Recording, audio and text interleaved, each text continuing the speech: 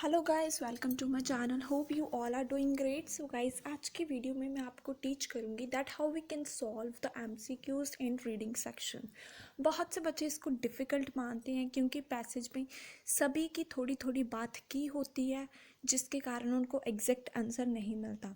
सो जो आज मैं आपको स्ट्रैटेजी टीच करूंगी, आई होप ये आपके लिए काफ़ी ज़्यादा बेनिफिशियल हो। सबसे पहले गाइस, आप क्या करते हो, आप क्वेश्चन को अच्छे से अंडरस्टैंड नहीं करते हो कि एग्जैक्ट में क्वेश्चन हमसे पूछा क्या है। ठीक है, सबसे पहले आपको अंडरस्टैंडिंग होना क्वेश्चन की बहुत ज़्यादा ज़रूरी है। एंड कभी भी आप लोगों ने इसको रीड नहीं करना है। फर्स्टली इसको आपने कभी भी रीड नहीं करना है।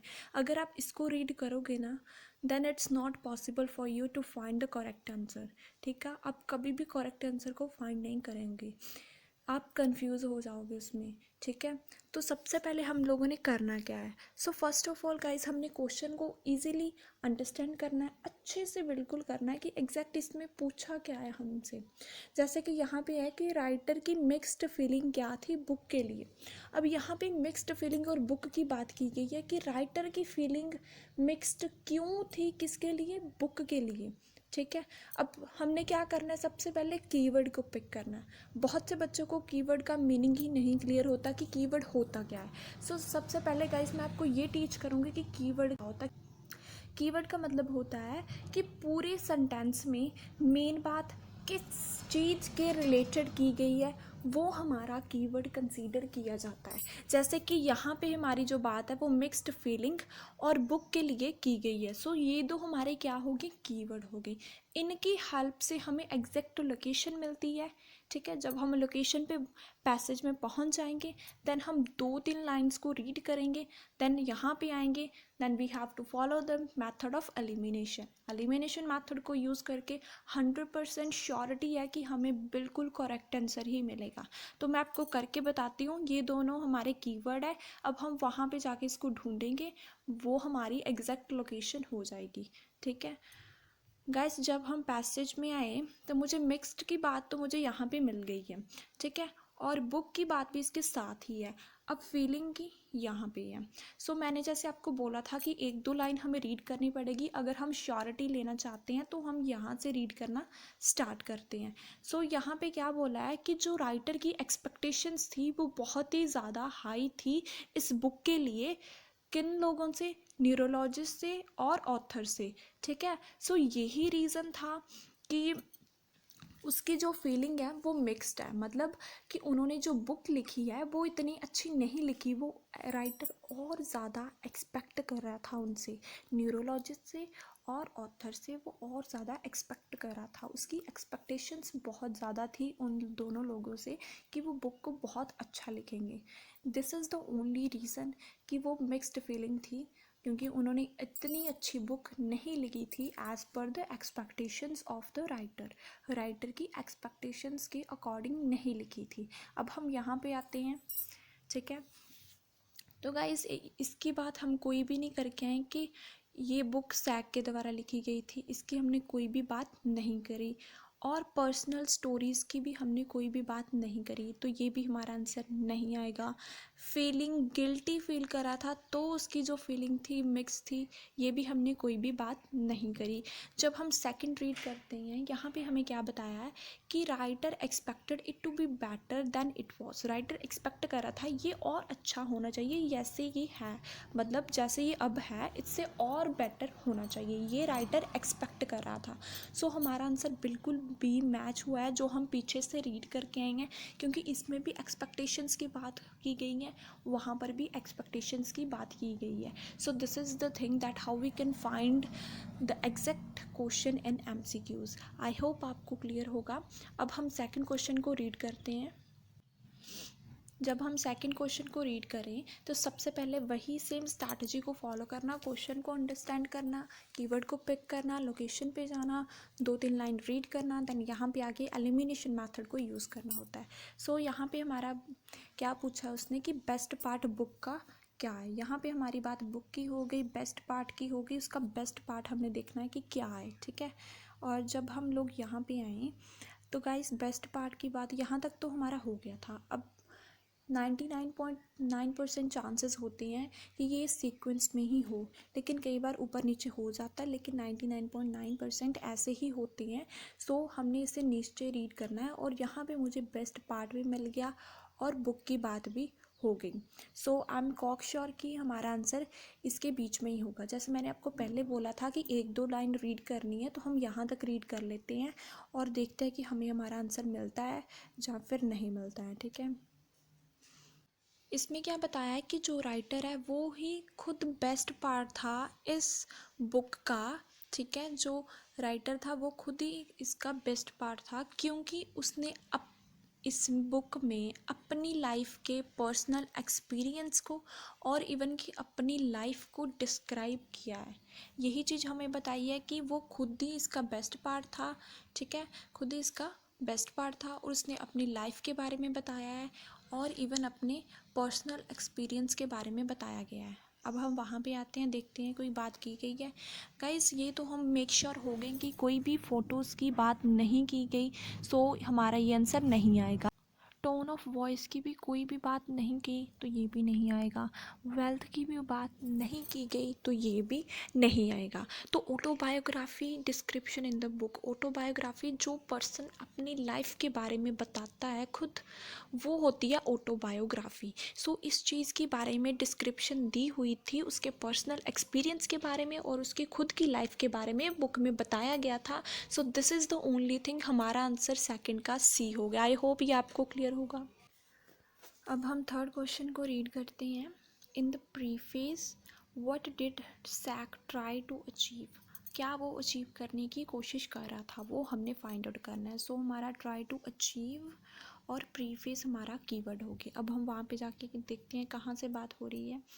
सो गाइस, यहाँ पे मुझे प्रीफेस मिल गया। अब ट्राई टू अचीव का कोई अल्टरनेटिव वर्ड मिल जाए मुझे, तो वहाँ पे हमारा आंसर हो सकता है। हम यहाँ से फाइंड आउट करते हैं। गाइस, यहाँ पे तो मुझे कहीं पर भी नहीं मिला, यहाँ तक तो मुझे नहीं मिला। देखते हैं नीचे। He also stress the importance, तो गाइस ये भी नहीं मुझे मिला। और यहाँ से देखो, ही वॉन्ट्स टू कंबाइन, मतलब वो क्या करने की कोशिश कर रहा था, वो क्या चीज़ को कंबाइन करने की कोशिश कर रहा था, मीन्स वो किस चीज़ को ट्राई करने की कोशिश कर रहा था कि ये उसकी अचीव हो जाए। तो ये हमारा आंसर यहाँ से स्टार्ट हो सकता है। So we have no need to read the things above from this. ठीक है, हमें कुछ भी ज़रूरत नहीं है कि हम इससे ऊपर रीड करें। हम यहाँ तक रीड करते हैं और देखते हैं कि क्या हमें इसका आंसर मिलता है। ठीक है, he wants to combine the observation and description with the latest in technology. वो क्या कर रहा था, जो ऑब्जर्वेशंस और डिस्क्रिप्शंस को किसके साथ कंबाइन करने की कोशिश कर रहा था, टेक्नोलॉजी के साथ वो कंबाइन करने की कोशिश कर रहा था।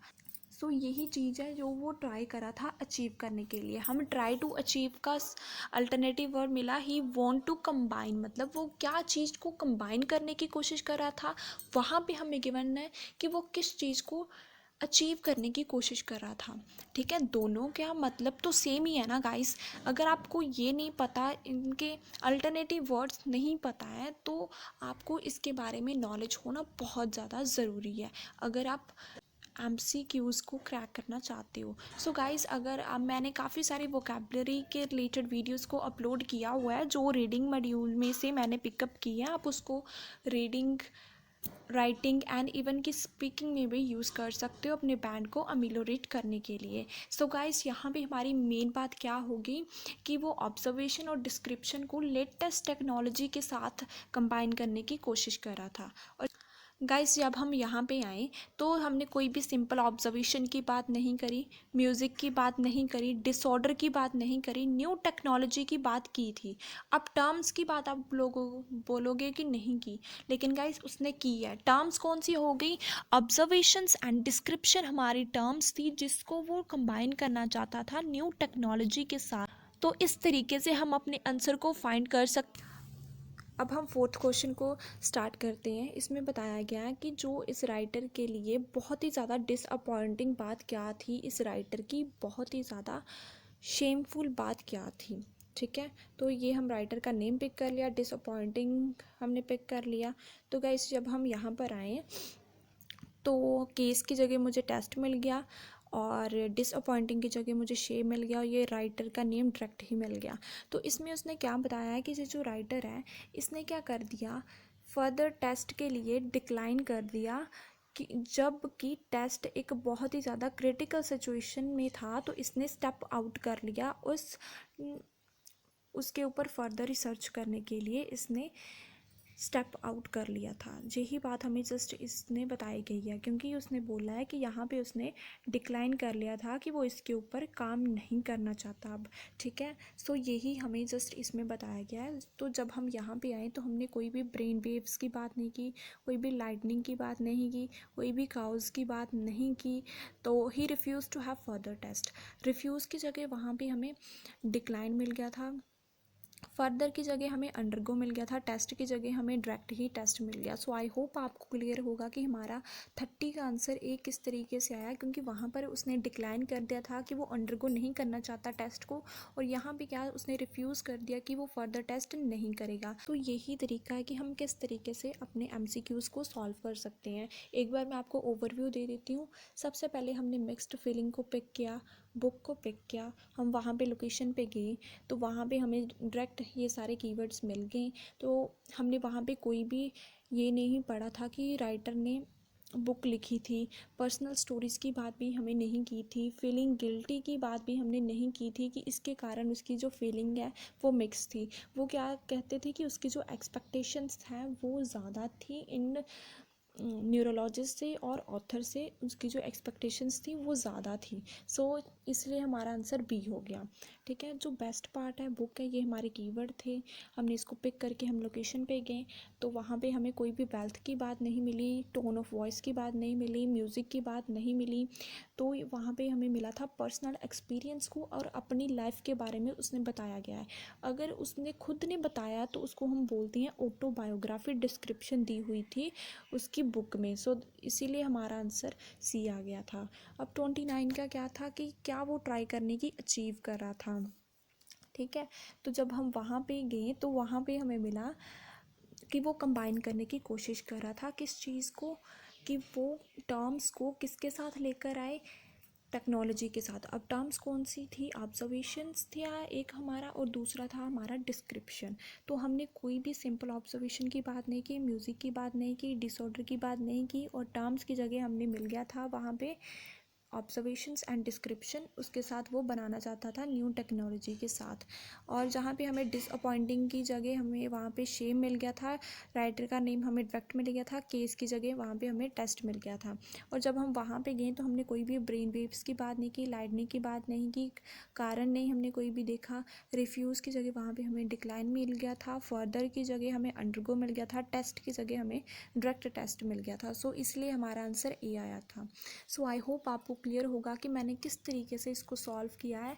अगर आपको मेरी वीडियो थोड़ी सी भी बेनिफिशियल लगी हो तो मेरी वीडियो को लाइक शेयर सब्सक्राइब करना मत भूलिएगा।